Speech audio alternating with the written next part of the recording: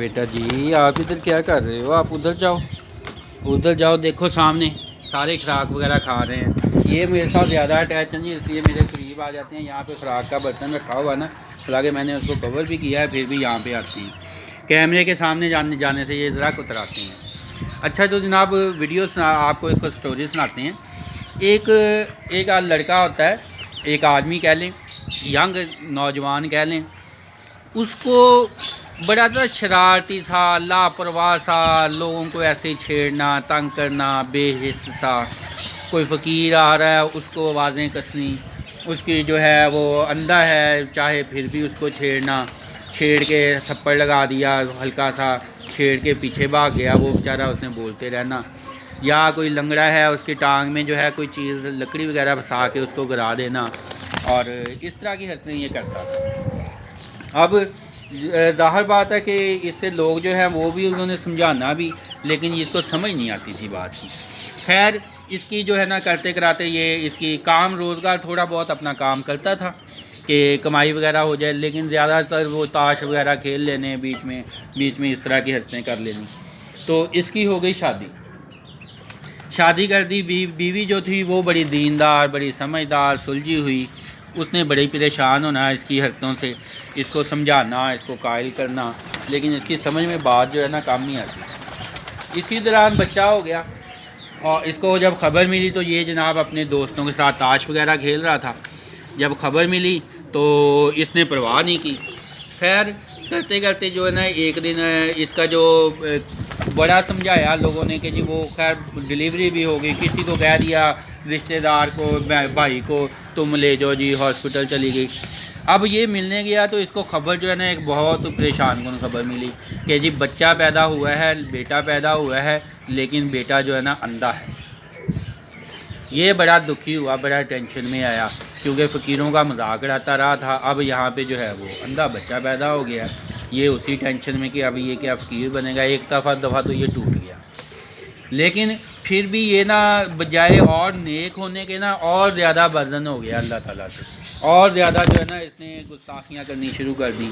लेकिन ये है कि मजाक उड़ाना बंद हो गया, लेकिन वैसे दीन से, रब से ये जो है ना इसका भरोसा जो था ना, सोच जो थी ना, उसके और ख़िलाफ़ हो गया। अब ये क्या करता जनाब, अपनी रूटीन से काम वगैरह करता सारा कुछ। इस दौरान जो है 2 बच्चे और हो गए, वो ठीक थे, सेहतमंद थे, और खैर बच्चे बड़े होना शुरू हो गए।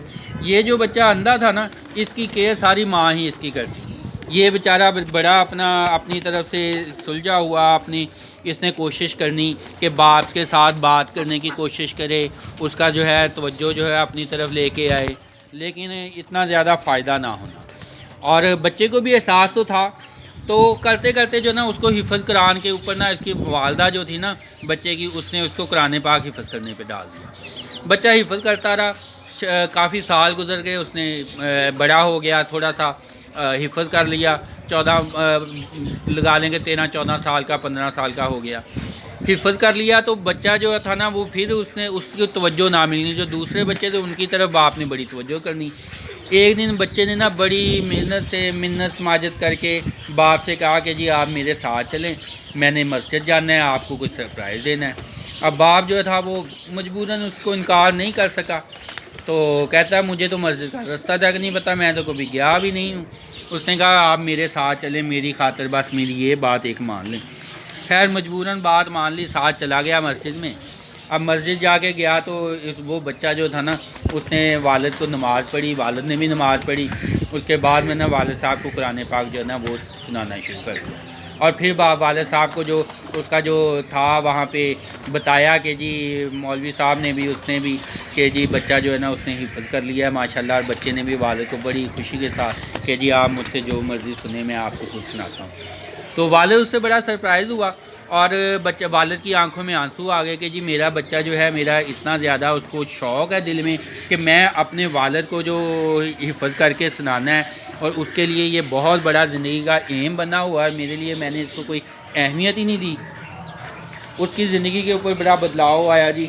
और ये भी आया कि मेरा बच्चा अंधा होकर नमाज़ पढ़ने जाता है, वज़ू करता है, हिफ़्ज़ भी कर लिया, और मैं जो है सारा कुछ होने के बावजूद जो है, सेहतमंद होने के बावजूद मैंने इस तरफ तवज्जो नहीं दी। تو خیر اب اس کا نا مائنڈ کافی حد تک بدل چکا تھا، تو اس نے یہی کرنا شروع کیا، نماز کا بھی عادی ہو گیا، اخلاق بھی بہتر ہو گئے، روزگار میں بھی برکت آ گئی، اور نظام اس کا سارا کچھ وہ میچور ہو گیا۔ اتنی دیر میں ظاہر بات ہے ایج بھی کافی بڑی ہو گئی۔